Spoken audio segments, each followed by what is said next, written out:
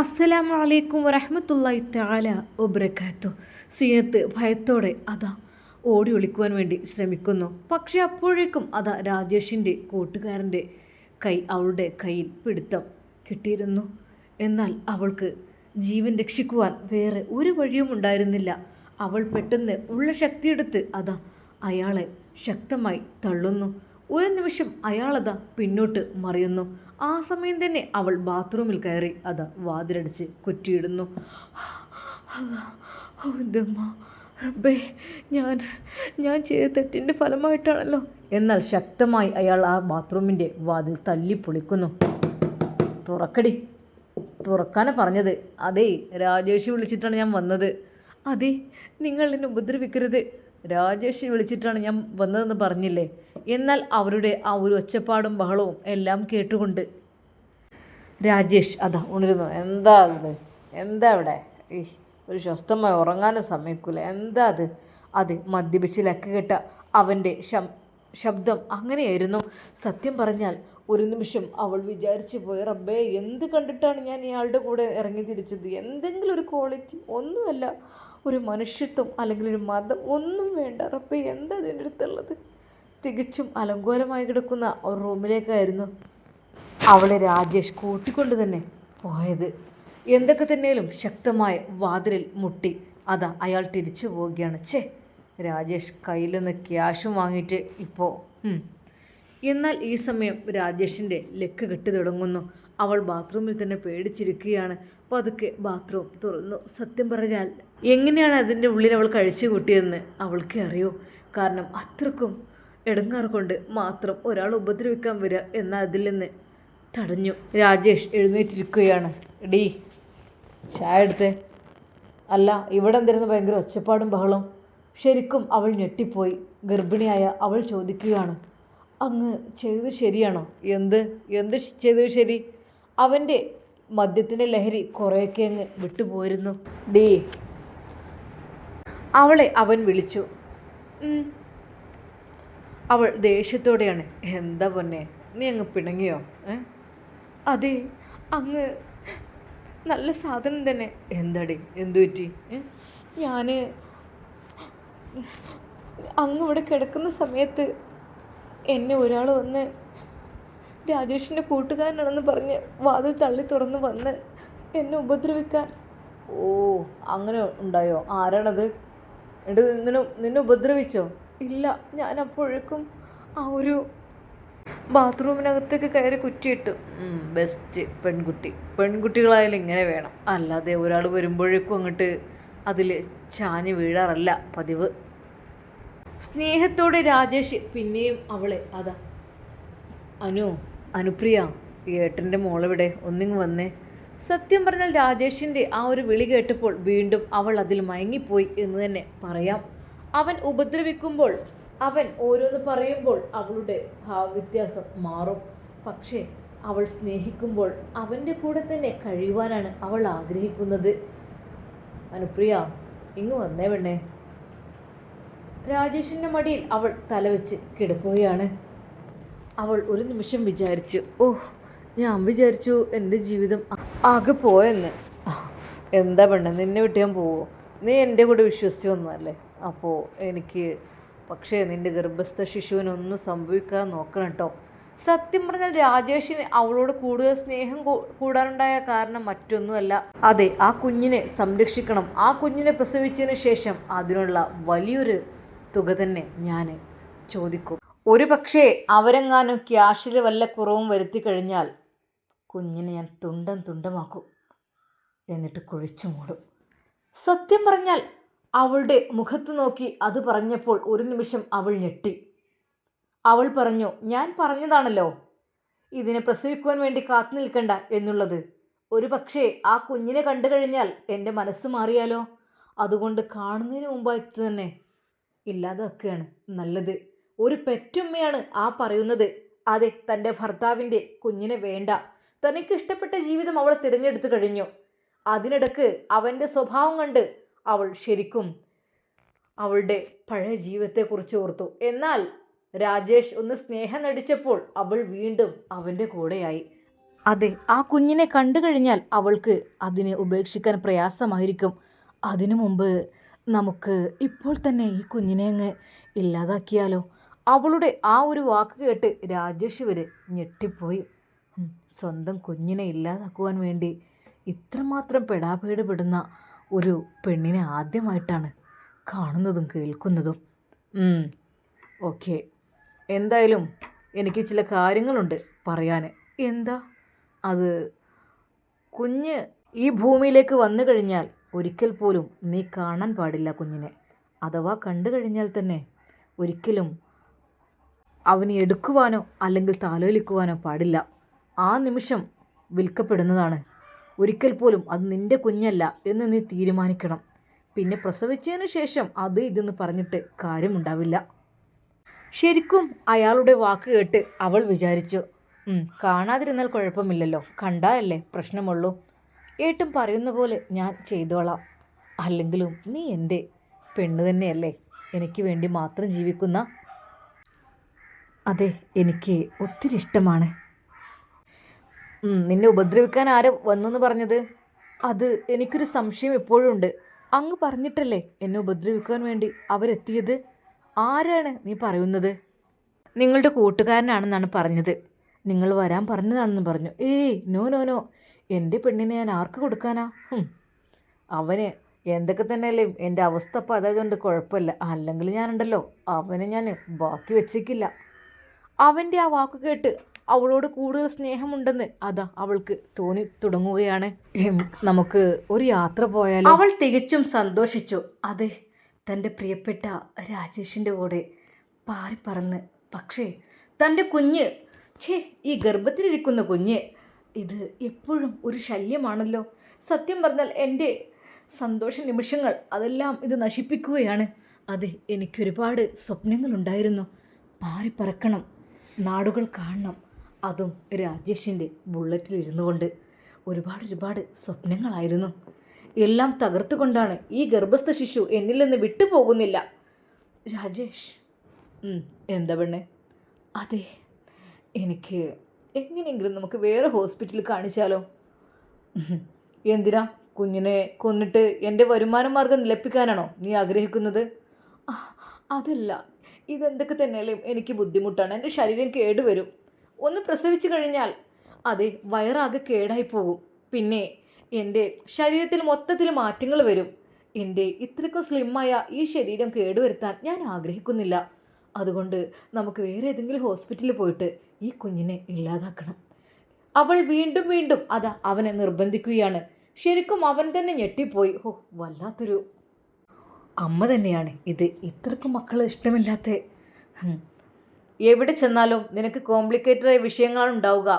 ഇത് ഒഴിവാക്കാൻ പാടില്ല, പറ്റില്ലെന്ന് പറഞ്ഞതല്ലേ. വീണ്ടും വീണ്ടും നീ എന്താ ഇത്രയധികം വാശി പിടിക്കുന്നത്? എനിക്ക് കഴിയില്ല, എനിക്ക് ഇഷ്ടമല്ല പ്രസവിക്കുന്നത്.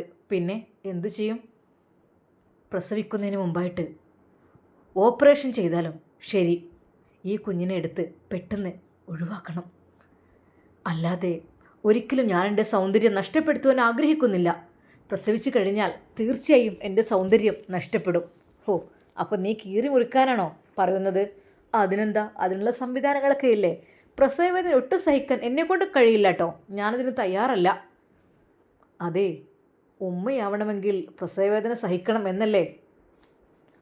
ഉമ്മ, എനിക്ക് ആ പേര് ഇഷ്ടമല്ല, എനിക്ക് ഒട്ടും ഇഷ്ടമല്ല. ഉമ്മയെന്നും ഉപ്പയെന്നും പറഞ്ഞ് എൻ്റെ അടുത്തേക്ക് വരികയേ വേണ്ട. രാജേഷ്, എങ്ങനെയെങ്കിലും എനിക്ക് കുഞ്ഞിനൊന്ന് ഒഴിവാക്കി തരണം. ഞാൻ എൻ്റെ സ്വപ്നങ്ങൾ, അത്രക്കും മനസ്സിലുള്ള സ്വപ്നങ്ങൾ വെച്ചുകൊണ്ടാണ് ഞാൻ എൻ്റെ കൂടെ ഇറങ്ങി തിരിച്ചത്. അതെനിക്ക് നേടിയെടുക്കണം. എൻ്റെ വീട്ടുകാരുടെ മുമ്പിലൂടെ എനിക്ക് കാണിച്ചു കൊടുക്കണം.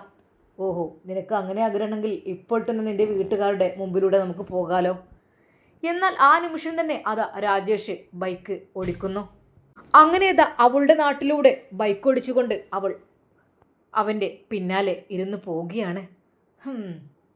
അതെ, ഞാനൊന്ന് ഓടിക്കട്ടെ, എനിക്ക് ബാലൻസ് ഒക്കെ ഉണ്ട്. ഈ ഒരവസ്ഥയിൽ നീ ഓടിക്ക്.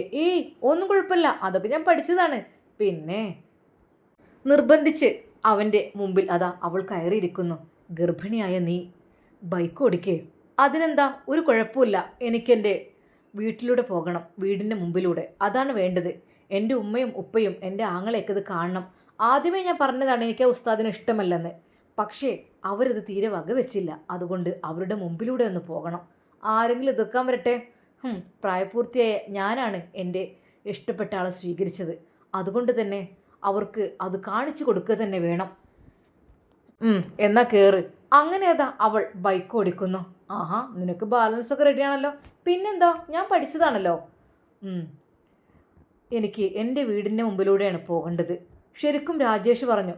അല്ല, ഇതിപ്പോൾ എന്നെ ഒരു പക്ഷെ തടഞ്ഞാലോ ആളുകൾ? ആഹാ, അതെങ്ങനെ? ഞാൻ ഉത്തരം പറയും, ഇതെൻ്റെ ഭർത്താവാണ്, ഞാൻ എൻ്റെ ഇഷ്ടപ്പെട്ട ആളുടെ കൂടെയാണ് പോയതെന്ന്. അല്ലാതെ ഒരിക്കൽ പോലും നാട്ടുകാരുടെയും വീട്ടുകാരുടെയും ഇഷ്ടത്തിനല്ല. എനിക്ക് ചില ഇഷ്ടങ്ങളുണ്ട്. അതെ, ഇപ്പോൾ ഞാൻ അനുപ്രിയയായി മാറി. എൻ്റെ ഇഷ്ടമായിരുന്നു അത്.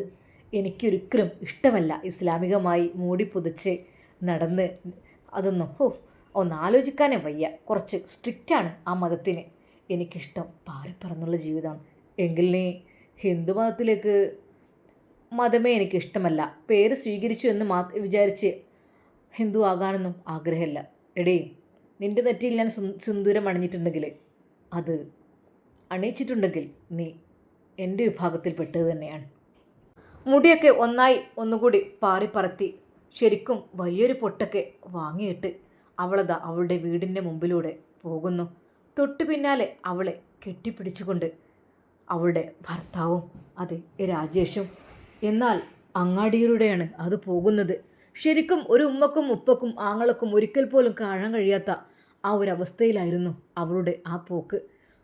അങ്ങാടിയിലൂടെ ഒരു പെണ്ണ് ബുള്ളറ്റ് ഓടിച്ച് മുടിയെല്ലാം അഴിച്ചിട്ട് അതാ പോകുന്നു. പിന്നിലായിട്ട് ഒരു ആണ് അവളുടെ വയറ് മുറുകെ പിടിച്ചിരിക്കുന്നു. ആ ഒരു കാഴ്ച അതാ അവളുടെ ആങ്ങള കാണുവാനിടയായി. ഒരു നിമിഷം അവൻ, എടാ, നിൻ്റെ പെങ്ങളാണോ പോയത്? ഏത്? അങ്ങനെ ഒന്ന് ആര് പറഞ്ഞു? നിൻ്റെ പെങ്ങളെ രാജേഷിൻ്റെ കൂടെ അല്ലേ? അതെ, അവൾ തന്നെയാണ്. ദാ ഈ അങ്ങാടിയുടെ ചുറ്റിക്കറങ്ങുന്നുണ്ട്. അങ്ങോട്ട് നോക്ക്. ഒരു നിമിഷം ആങ്ങള പതുക്കെ ഒന്ന് മാറി നിന്നു ശ്രദ്ധിച്ചു. റബ്ബേ അല്ലാ, അവളുടെ നെറ്റിയിലുള്ള ആ പൊട്ട് കണ്ടിട്ട് എനിക്ക് ഒന്ന് അടിച്ച് പരത്താനാണ് തോന്നുന്നത്. റബ്ബേ, എൻ്റെ ഉമ്മയെങ്ങാനും ഇത് കണ്ടിരുന്നെങ്കിൽ. ഉമ്മക്കല്ലെങ്കിലേ ബോധം കെട്ടുകിടക്കുകയായിരുന്നു. ഹോസ്പിറ്റലിൽ കൊണ്ടുപോയി ഒരാഴ്ചയോളം ഉമ്മ കിടന്നതാണ്. ഇപ്പോൾ ഒന്ന് റിലാക്സ് ആയിട്ടേ ഉള്ളൂ. എന്ത് ചെയ്യാം റബ്ബേ, അവരെങ്ങാനും എൻ്റെ വീടിൻ്റെ മുമ്പിലൂടെ പെട്ടെന്നതാ അവരുടെ വീടിൻ്റെ വഴിയിലേക്ക് അതാ ആ ബുള്ളറ്റ് അവൾ തിരിക്കുന്നു. ഇവൾക്കിത് എന്തിൻ്റെ കേടാ? എൻ്റെ ഉമ്മയും ഉപ്പയും അവർ നഷ്ടപ്പെടുത്തും, ഉറപ്പാണ്. എന്ത് ചെയ്യണമെന്നറിയാതെ ആങ്ങളെ കുഴങ്ങി. റബ്ബേ, എൻ്റെ ഉമ്മയെങ്ങാനും അത് കണ്ടു കഴിഞ്ഞാൽ എൻ്റെ ഉമ്മാക്കത് സഹിക്കാൻ കഴിയില്ലല്ലോ. ഒരു നിമിഷം അവൻ എന്ത് ചെയ്യണമെന്നായിപ്പോയി. എടാ, എൻ്റെ പെങ്ങൾ വീട്ടിൽ കാണോ ആ നെറ്റിയിൽ കുറിയും വെച്ചുകൊണ്ട് കയറിപ്പോണത്? ഒന്ന് പോയി തടയടാ. കൂട്ടുകാരത് പറഞ്ഞപ്പോൾ, എടാ ഞാൻ എന്ത് ചെയ്യും? എന്നാൽ അവൻ ഇറങ്ങുമ്പോഴേക്കും അതാ അവർ പോയിരുന്നു. അവരുടെ വീടിൻ്റെ മുമ്പിലൂടെ അങ്ങോട്ടും ഇങ്ങോട്ടും വെറുതെ ഉപ്പ അതാ സിറ്റൗട്ടിൽ പത്രം വായിച്ചിരിക്കുകയാണ്. ഉമ്മ തൊട്ടുപിറകിലായിട്ട് അതാ സങ്കടപ്പെട്ടുകൊണ്ടിരിക്കുന്നുണ്ട്. എന്നാൽ ആരടി ആ ബുള്ളറ്റിൽ അങ്ങോട്ടും ഇങ്ങോട്ടും ഒരു ചെക്കനും പെണ്ണും ഇങ്ങനെ നമ്മളോലല്ല. എന്തിനാവും അങ്ങനെ കറങ്ങണത്? ഒരു നിമിഷം ആ ഉമ്മാക്കത് മനസ്സിലായി. അതെ, പെറ്റ മോളെ ആർക്കെങ്കിലും മനസ്സിലാകാതിരിക്കുമോ? ഉപ്പ കണ്ണട വെച്ചിട്ടാണ് നോക്കുന്നത്. ഉമ്മാക്കെന്നാൽ കണ്ണടയുടെ ആവശ്യമുണ്ടായില്ല. ഇക്ക, അത് നമ്മളെ മോളല്ലേ? ആ ഉമ്മ വിരുമ്പിക്കൊണ്ടായിരുന്നു അത് പറഞ്ഞത്. എന്നാൽ തൊട്ടു പിന്നിലായിക്കൊണ്ട് അതാ ആങ്ങള ബൈക്കുമായി വരുന്നു. ഉമ്മ, അകത്ത് കയറിക്കൊളി. എന്താ മോനെ? അകത്ത് കയറിക്കൊളിമ്മ. എന്താ? എൻ്റെ കുട്ടിയെ അത് ഉപ്പാക്ക് വിശ്വാസമില്ലായിരുന്നു. നീ ഒന്നും മിണ്ടാതിരിക്കുന്നുണ്ടോ? അതൊരിക്കലും അവരല്ല, അത് അവരല്ലടി. സത്യമായിട്ടും എൻ്റെ കുട്ടിയല്ലത്. എൻ്റെ കുട്ടി മതം പൊളിച്ച് പോയി. എന്ത് ചെയ്യും? ഇനിയോളം മുഖം പോലെ എനിക്ക് കാണണ്ട. അള്ളാഹു സുബ്ഹാനഹു വ തആല ഹിദായത്തിലാക്കാൻ വിചാരിച്ചവരല്ലേ ആവുള്ളൂ. പക്ഷേ ആ പിതാവ് കരയുകയായിരുന്നു. എന്നാൽ പെട്ടെന്ന് തന്നെ ഉമ്മയുടെയും ഉപ്പയുടെയും കൈ പിടിച്ചുകൊണ്ട് അവൻ അവരകത്തേക്ക് കൊണ്ടുപോയി വാതിലടിച്ചു. ഉമ്മ, നമ്മൾക്കൊരിക്കലും കാണാൻ പറ്റാത്ത കാഴ്ചകൾ കാണുന്നത് നമുക്ക് നല്ലതല്ലല്ലോ.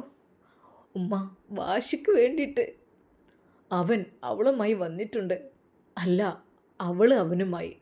അവളാണ് ഡ്രൈവ് ചെയ്യുന്നത്. ആ ബുള്ളറ്റ് ഓടിക്കുന്നത് അവളാണുമ്മ.